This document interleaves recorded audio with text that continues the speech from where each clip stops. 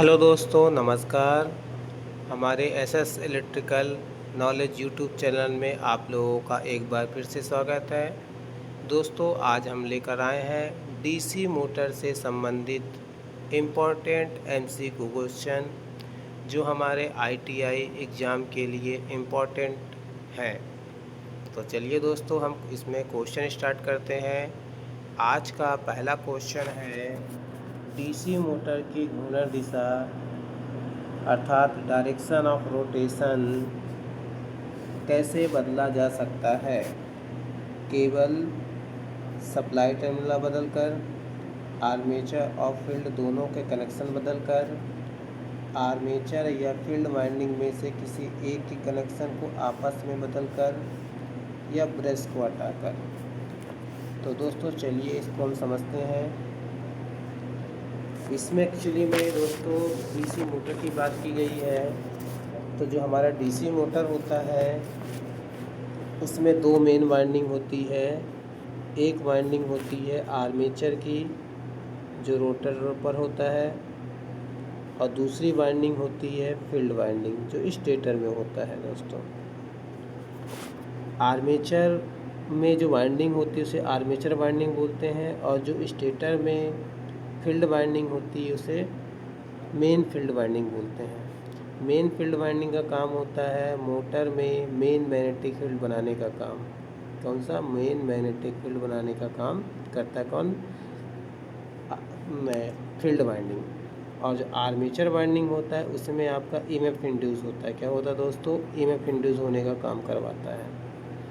तो दोस्तों यदि हमको मोटर की स्पीड का डायरेक्शन अर्थात मोटर की घूर्णन दिशा को रिवर्स करना है, तो हम इन दोनों में से किसी भी एक वाइंडिंग को हम इंटरचेंज कर दें ना, इंटरचेंज कर दें तो हमारा डायरेक्शन मैग्नेटिक फील्ड का डायरेक्शन चेंज हो जाएगा, और मैग्नेटिक फील्ड का डायरेक्शन चेंज होने से मोटर की स्पीड भी क्या हो जाएगी? चेंज हो जाएगी। यदि हम फील्ड वाइंडिंग को इंटरचेंज कर देते हो तो मेन मैग्नेटिक फील्ड का डायरेक्शन चेंज होगा, है ना, जिससे स्पीड क्या हो जाएगी? आपकी डायरेक्शन उसकी चेंज हो जाएगी। और यदि हम आर्मेचर के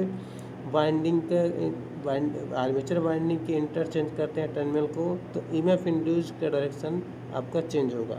तो दोनों ही केस में आपका स्पीड का डायरेक्शन क्या हो जाएगा?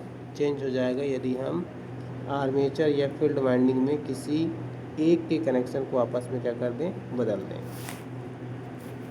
उसके बाद दोस्तों हम नेक्स्ट क्वेश्चन में चलते हैं। तो हमारा जो नेक्स्ट क्वेश्चन है वो है दूसरे नंबर का, कौन सा नियम डीसी मोटर में लगने वाले दिशा पहचान के लिए लागू होता है? फ्लेमिंग का दाएं हाथ का नियम, फ्लेमिंग का बाएं हाथ का नियम, फैराडे का नियम, या लेंज का नियम? तो दोस्तों डीसी मशीन में एक होता है मोटर और दूसरा होता है जनरेटर। डीसी मोटर होता है और डीसी जनरेटर होता है। तो हम पहले बात करते हैं जनरेटर का। तो जो जनरेटर होता है इसमें आपका ईएमएफ इंड्यूस का डायरेक्शन पता करने के लिए करते हैं, और इसके लिए हम फ्लेमिंग का राइट हैंड रूल का उपयोग किया जाता है। और यदि मोटर होता है तो मोटर में हम मोटर के डायरेक्शन को पता करने के लिए करते जो होता है आपका लेफ्ट हैंड रूल। फ्लेमिंग का लेफ्ट हैंड रूल। फ्लेमिंग के लेफ्ट हैंड रूल में इस प्रकार से बोला गया है कि यदि हम लेफ्ट हैंड के अंगूठा, तर्जनी और मध्यमा को इस प्रकार फैलाएं कि एक दूसरे से 90 डिग्री में हो, तो यदि तर्जनी मैग्नेटिक फील्ड की दिशा, मध्यमा दिए गए वोल्टेज की सप्लाई हो, तो अंगूठा हमारा डायरेक्शन अर्थात बल की दिशा को प्रदर्शित करेगा। तो यहाँ पे फ्लेमिंग का बाएं हाथ का नियम लगेगा किसमें? मोटर में। और जनरेटर में क्या लगता है दोस्तों? हमेशा फ्लेमिंग का राइट हैंड रूल। उसके बाद चलते हैं दोस्तों नेक्स्ट क्वेश्चन की तरफ। तो हमारा जो नेक्स्ट क्वेश्चन है वो है, डीसी मोटर में कम्यूटेटर के सेगमेंट एक दूसरे से इंसुलेटेड होते हैं, माइका, चीनी मिट्टी, कॉपर या कार्बन से? तो जो इसका सही आंसर होगा दोस्तों, हमारा जो कम्यूटेटर होता है डीसी मशीन में, चाहे मोटर की बात करें चाहे जनरेटर की बात करें, इसमें आपके कम्यूटेटर सेगमेंट होते हैं, जिसका काम क्या होता है दोस्तों, वाइंडिंग में जो ईएमएफ इंड्यूस होता है उसको ईएमएफ इंड्यूस या वोल्टेज या करंट को ब्रूश के थ्रू बाहरी सर्किट में देना, मतलब बाहर निकालना। यदि जनरेटर के केस में है तो ये कम्यूटेटर क्या करेगा, आर्मेचर में हुए इंड्यूस ईएमएफ को बाहर निकालने की कोशिश करता है, बाहर निकालता है। और यही यदि मोटर के केस की बात करें तो मोटर में जब हम सप्लाई देते हैं तो ब्रूश के माध्यम से यह कम्यूटेटर क्या करता है, यह कम्यूटेटर आपका आर्मेचर वाइंडिंग में सप्लाई पहुंचाने का काम भी करता है। तो दोनों केस में अलग अलग होंगे, मोटर में और जनरेटर में। और इस प्रकार से हम देखते हैं कि ये सेगमेंट बने हुए हैं और इन सेगमेंट जो होते हैं एक दूसरे से इंसुलेटेड होते हैं। जो हार्ड ड्रॉन किसके बना होता है दोस्तों, ये माइका, मतलब माइका से इंसुलेटेड होते हैं। और जो सेगमेंट बना होता है वो हार्ड ड्रॉन कॉपर से बना होता है। तो इसका जो सही आंसर होगा वो होगा माइका। चलिए दोस्तों, इसके बाद इसमें एक चीज़ और समझते हैं। देखो, कम्यूटेटर जो होता है, यदि हम जनरेटर के केस में बात करें तो जो हमारा आर्मेचर में ईएमएफ इंड्यूस होता है वो होता है आपका अल्टरनेटिंग, मतलब एसी। तो ये जो कम्यूटेटर होता है ये बाहर क्या देता है, डीसी बना के देता है। तो ये जनरेटर केस में एसी को डीसी में कन्वर्ट करता है, अर्थात एक रेक्टिफिकेशन का भी काम करता है। और यही कम्यूटेटर यदि मोटर में रहता है तो मोटर में हम सप्लाई कौन सा देंगे दोस्तों, इनपुट में डीसी सप्लाई देंगे।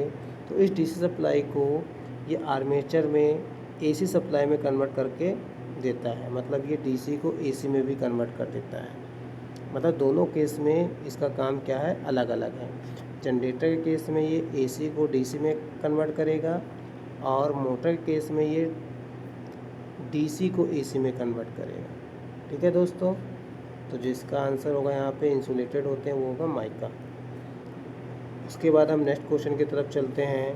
तो हमारा जो नेक्स्ट क्वेश्चन है वो है, कम्यूटेटर किसका हिस्सा होता है, DC motor, induction motor, synchronous motor या ट्रांसफार्मर। तो दोस्तों जो कम्यूटेटर होता है वो इंडक्शन में होंगे नहीं, क्योंकि एसी से डीसी में कन्वर्ट करने की ज़रूरत नहीं पड़ती है। सिंक्रोनस मोटर में भी नहीं होगा, ट्रांसफार्मर में भी नहीं होगा। तो हमारा जो कम्यूटेटर होता है वो होता है केवल डीसी मोटर में या डीसी जनरेटर में। उसके बाद नेक्स्ट क्वेश्चन है हमारा इस प्रकार से 5वें नंबर में, वो है डीसी मोटर की गति किसके अनुपातिक होता है, ध्रुवों, पोल की संख्या, दोनों के, बैक ईएमएफ या फ्लैक्स। तो दोस्तों जो हमारा डीसी मोटर होता है उसका जो फार्मूला होता है बैक ईएमएफ का वो होता है ईबी बराबर, ये हो गया ईबी बराबर पी फाई जेड एन अपान 60, P phi z upon 60 into ए होता है। अब देखिए दोस्तों यहाँ पे स्पीड की बात किया है, तो हम यदि स्पीड निकालेंगे दोस्तों इसी फार्मूला से, तो क्या निकलेगा आपका एन बराबर क्या निकल जाएगा यहाँ पे, ई बी इंटू 60 ए अपान में क्या हो जाएगा दोस्तों, पी फाई जेड, क्या हो जाएगा पी फाई और ये जेड। तो यहाँ पे देख रहे हैं पोल हो गया, फ्लैक्स हो गया और ये नंबर ऑफ कंडक्टर, पी हो गया पोल, फ्लैक्स हो गया आपका फाई और जेड हो गया आपका नंबर ऑफ कंडक्टर। ये विकर्ण पाथ हैं और ए आपका ए नंबर ऑफ पैरेलल पाथ है। तो यहाँ पे हम देख रहे हैं कि जो स्पीड है वो किसके प्रोपोर्शनल हो रहा है, बैक ईएमएफ पे हो रहा है दोस्तों, क्योंकि ये सभी कांस्टेंट हो जाएंगे इस प्रकार से। तो यहाँ पे जो होगा आंसर हो जाएगा क्या दोस्तों, बी नंबर, बैक ईएमएफ। चलिए दोस्तों, उसके बाद हम नेक्स्ट क्वेश्चन में चलते हैं। तो हमारा जो नेक्स्ट क्वेश्चन है 6वें नंबर का, किसी मोटर की गति व्यवहारिक रूप से स्थिर होती है, किस मोटर की गति व्यवहारिक रूप से स्थिर होती है अर्थात कांस्टेंट होती है, DC series motor, DC shunt motor, संचय युक्त मोटर या विभेदीय मोटर। तो दोस्तों इसको हम समझते हैं। जो हमारा डीसी शंट मोटर होता है उसमें आपका आर्मेचर वाइंडिंग और फील्ड वाइंडिंग एक दूसरे किस में रहते हैं, पैरेलल में रहते हैं। अब जब यहाँ से हम वोल्टेज सप्लाई, आर्मेचर हो गया दोस्तों, और ये हो गया आपका फील्ड। जब हम इसमें सप्लाई देते हैं, वोल्टेज सप्लाई देते हैं, तो इसमें करंट फ्लो होगा और यह करंट दो भागों में डिवाइड होगा, एक आर्मेचर के लिए चला जाएगा और एक चला जाएगा फील्ड के लिए। तो दोस्तों जो हमारे फील्ड के लिए करंट जाएगा, हम देख रहे हैं ये अलग ही सर्किट बना हुआ है। मतलब इस फील्ड में, मेन मैग्नेटिक फील्ड में जो फ्लक्स प्रोड्यूस होगा वो होगा कांस्टेंट। क्या होगा दोस्तों, कांस्टेंट होगा। और यदि आपका फील्ड कांस्टेंट होता है तो फ्लक्स भी क्या होगा दोस्तों, कांस्टेंट होगा। और यदि फ्लक्स कांस्टेंट होता है तो जो स्पीड होती है किसमें, डीसी शंट मोटर में हो जाए, स्पीड प्रोपोर्शनल होता है EB/5। और यदि हमारा फ्लक्स कांस्टेंट है तो स्पीड भी क्या होगा दोस्तों, कांस्टेंट होगा। मतलब ये है कि डीसी शंट मोटर में लोड अर्थात आर्मेचर या लोड घटेगा बढ़ेगा तो स्पीड कोई प्रभाव नहीं पड़ेगा, क्योंकि उसका सर्किट क्या होता है दोस्तों, आर्मेचर से अलग ही होता है ना, ये वाला। तो यहाँ पे क्या होगा, एक ऐसा मोटर है जिसकी स्पीड कांस्टेंट होती है, वो मोटर है आपका डीसी शंट मोटर। तो ऑप्शन क्या होगा, बी नंबर। उसके बाद हम नेक्स्ट क्वेश्चन में चलते हैं। तो जो हमारा नेक्स्ट क्वेश्चन है, ट्रैक्शन कार्य के लिए किस मोटर का उपयोग किया जाता है, DC series motor, DC shunt motor, संचय युक्त मोटर या विभेदी मोटर। तो दोस्तों यहाँ पे हम देखते हैं कि डीसी सीरीज मोटर का उपयोग करते हैं किसके लिए, ट्रैक्शन के लिए। क्यों करते हैं, आंसर हमारा डीसी सीरीज मोटर होगा, क्योंकि डीसी सीरीज मोटर को बिना लोड पर नहीं चलाया जा सकता है। इसकी जो स्टार्टिंग टॉर्क होती है, डीसी सीरीज मोटर की स्टार्टिंग टॉर्क जो होती है बहुत ज़्यादा होती है। क्या होती है दोस्तों, बहुत ज़्यादा होती है, जो ट्रैक्शन अर्थात ट्रेन को चलाने के लिए उपयुक्त होता है। इसलिए ट्रैक्शन कार्य के लिए डीसी सीरीज मोटर का उपयोग किया जाता है। उसके बाद हमारे पास नेक्स्ट क्वेश्चन है 8वें नंबर में, बिना लोड के डीसी सीरीज मोटर को क्यों नहीं चलाना चाहिए। क्यों नहीं चलाना चाहिए दोस्तों, क्योंकि जो हमारा डीसी सीरीज मोटर होता है उसकी स्पीड क्या होती है, बहुत ज़्यादा होती है। और यदि हम बिना लोड के चला देंगे तो स्पीड और बढ़ जाएगी, और जब स्पीड बढ़ जाएगी तो किसी भी प्रकार से उसका मोटर को ख़राब होने की संभावना ज़्यादा हो जाती है। तो आंसर क्या होगा यहाँ पे, ए नंबर। उसके बाद हम दोस्तों नेक्स्ट क्वेश्चन में चलते हैं 9वें नंबर में।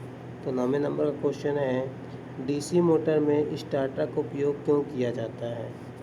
तो दोस्तों डीसी मोटर में आपका जब मोटर को स्टार्ट किया जाता है तो उसमें बहुत ज़्यादा अर्थात 4 से 5 गुना करंट स्टार्टिंग में वो खींचता है।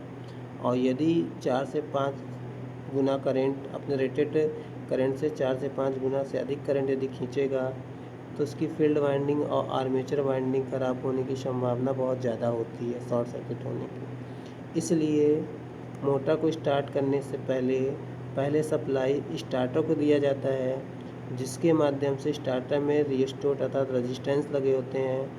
तो उस रेजिस्टेंस के माध्यम से पहले मोटर को सप्लाई कम वोल्टेज या कम करंट में देते हैं, करंट को लिमिट करके देते हैं, जिससे मोटर धीरे धीरे आसानी से स्टार्ट होता है। और जब मोटर फुल स्पीड पकड़ लेता है तो जो स्टार्टर होता है पूरे रेजिस्टेंस को काट देता है और पूरी सप्लाई देने लगता है। तो यहाँ पे सीधी सी बात है कि डीसी मोटर में स्टार्टर की यूज करते हैं प्रारंभिक करंट को कम करने के लिए, जिससे मोटर सेफ्टली ऑन हो जाए। उसके बाद हमारे पास नेक्स्ट क्वेश्चन है 10वें नंबर में, डीसी मोटर में बैक ईएमएफ किसका विरोध करता है। तो दोस्तों यहाँ पे क्या है, हमारे पास आर्मेचर है, इस प्रकार से यहाँ पे हमारा सप्लाई वोल्टेज है और यहाँ पे फील्ड वाइंडिंग है मान लीजिए। अब यहाँ पे आर्मेचर जो होगा इसमें आपका ईएमएफ इंड्यूस कितना होता है, आपका EB बैक ईएमएफ बोलते हैं इसको। और ये जो बैक ईएमएफ होगा वो दिए गए सप्लाई के वोल्टेज के क्या होगा, आपका विरोध करेगा। क्यों, क्योंकि ये जो EB इंड्यूस हुआ है वो वोल्टेज सप्लाई के ही कारण हुआ है। लेंज लॉ के अकॉर्डिंग जो जिस चीज़ से उत्पन्न होता है उसी का विरोध करता है। तो जो EB है, बैक ईएमएफ है, वो इस वोल्टेज पर के कारण ही उत्पन्न हुआ, तो इसी को विरोध करेगा ही, है ना दोस्तों। तो यहाँ पे जो होगा वो होगा आरोपित वोल्टेज का विरोध करेगा। उसके बाद हमारे पास नेक्स्ट क्वेश्चन है, आर्मेचर कोर को लेमिनेटेड बनाने का क्या कारण है। दोस्तों इसके बाद मैं पहले ही बता चुका हूँ कि आर्मेचर कोर या कोर कोई सा भी कोर होता है उसको हम इंसुलेटेड लेमिनेशन बनाते हैं, अर्थात पहले कोर को सीटों में काटा जाता है और फिर एक सीट और एक सीट से ऊपर दूसरे सीट जब लगाते हैं तो बीच बीच में इंसुलेशन लगा देते हैं, इंसुलेशन की परत चढ़ा दी जाती है, जिसे हम इंसुलेटेड लेमिनेटेड कोर बोलते हैं। जिससे कोर का रेजिस्टेंस क्या हो जाता है, बढ़ जाता है, और जब इसमें लीकेज करेगा तो करंट की वैल्यू कम हो जाएगी। तो लीकेज करंट अर्थात ईडी करंट जब इसमें फ्लो होगा तो करंट की वैल्यू क्या हो जाएगी, कम हो जाएगी, जिससे आपका कोर हीट कम करेगा और यहाँ पे ईडी करंट लॉस भी क्या हो जाएगा, कम हो जाएगा। तो जो कोर को लिमिटेड क्यों बनाया जाता है, ईडी करंट क्षति के मान को कम करने के लिए। उसके बाद दोस्तों ये हमारे पास क्वेश्चन थे आज के वीडियो के। उसके बाद हमारे पास 12वें नंबर का क्वेश्चन है, लिफ्ट में कौन सा मोटर तहजील देते हैं, DC shunt motor, DC series motor, cumulativity motor, compound DC motor, differentiative compound DC motor. तो दोस्तों जो हमारा लिफ्ट है, लिफ्ट में हमेशा क्या होता है, लोड बना रहता है मोटर पर, अर्थात जैसे डीसी मोटर को हम जब ऑन करेंगे इसका स्टार्टिंग टॉर्क होगा तो लिफ्ट को आसानी से वो काम करा सकेगा। इसलिए हाई स्टार्टिंग टॉर्क होने के कारण लिफ्ट में डीसी सीरीज मोटर का ही उपयोग होता है, अर्थात आंसर क्या होगा, बी नंबर। उसके बाद हमारे पास नेक्स्ट क्वेश्चन है, वो है डीसी मोटर का बैक ईएमएफ गणना करने के लिए सूत्र क्या होगा। तो जैसे मान लीजिए आपका क्या है दोस्तों, आर्मेचर है और यहाँ पे हमारी फील्ड वाइंडिंग है, यहाँ पे हमने वोल्टेज सप्लाई दे दिया, बैक ईएमएफ हमारा कितना है, यहाँ पे ईबी है, और यहाँ पे जो रेजिस्टेंस आर्मेचर का वो आरए है, और करंट कितना है दोस्तों, आईए। तो यहाँ पे क्या हो जाएगा, दिया गया वोल्टेज सप्लाई भी बराबर क्या हो जाएगा, आईए इंटू आर वोल्टेज ड्रॉप और प्लस बैक ईएमएफ, मतलब भी बराबर क्या हो जाएगा दोस्तों, भी इक्वल टू हो जाएगा I A R A plus we, और इस वी की वैल्यू हम निकालेंगे I A R A into E B हो जाएगा, मतलब यहाँ का वोल्टेज यहाँ का और प्लस यहाँ का वोल्टेज बराबर सप्लाई वोल्टेज। तो वी बराबर क्या हो जाएगा, I A R A plus E B. अब यहाँ से हम देखते हैं ई बी की वैल्यू निकालेंगे। हमारे पास रिलेशन क्या था, दोस्तों, ये था दिया गया वोल्टेज सप्लाई बराबर आर्मेचर रेजिस्टेंस के कारण होने वाला वोल्टेज ड्रॉप और प्लस आपका बैक ईएमएफ, मतलब V बराबर I A R A plus E B. अब यहाँ से ई बी की वैल्यू निकालेंगे तो क्या हो जाएगा दोस्तों, ई बराबर क्या हो जाएगा, V minus I A into R A हो जाएगा, मतलब यहाँ पे कौन सा आंसर होगा हमारा, ये सी नंबर होगा दोस्तों आंसर। तो ये हमारा आंसर यहाँ पे सी नंबर है। उसके बाद चलते हैं दोस्तों नेक्स्ट क्वेश्चन की तरफ। तो हमारा जो नेक्स्ट क्वेश्चन है वो है लोड बढ़ाने पर डीसी शंट मोटर की स्पीड। हम जानते हैं कि जो डीसी शंट मोटर होता है उसका स्पीड क्या होता है, कांस्टेंट होता है। तो लोड बढ़ाएंगे या बढ़ाएंगे, स्पीड हमेशा क्या होगा उसका, स्थिर ही रहेगी, कांस्टेंट ही रहेगी। तो आंसर क्या होगा हमारा दोस्तों यहाँ पे सी नंबर। तो इस प्रकार से दोस्तों हमने आज की वीडियो में डीसी मोटर से संबंधित कुछ इम्पोर्टेंट एमसीक्यू क्वेश्चन किए।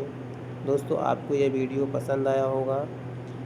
हमसे जुड़ने के लिए इस चैनल को सब्सक्राइब करें, लाइक करें और शेयर करें, जिससे आगे आने वाले वीडियो का नोटिफिकेशन आपको मिलता रहे।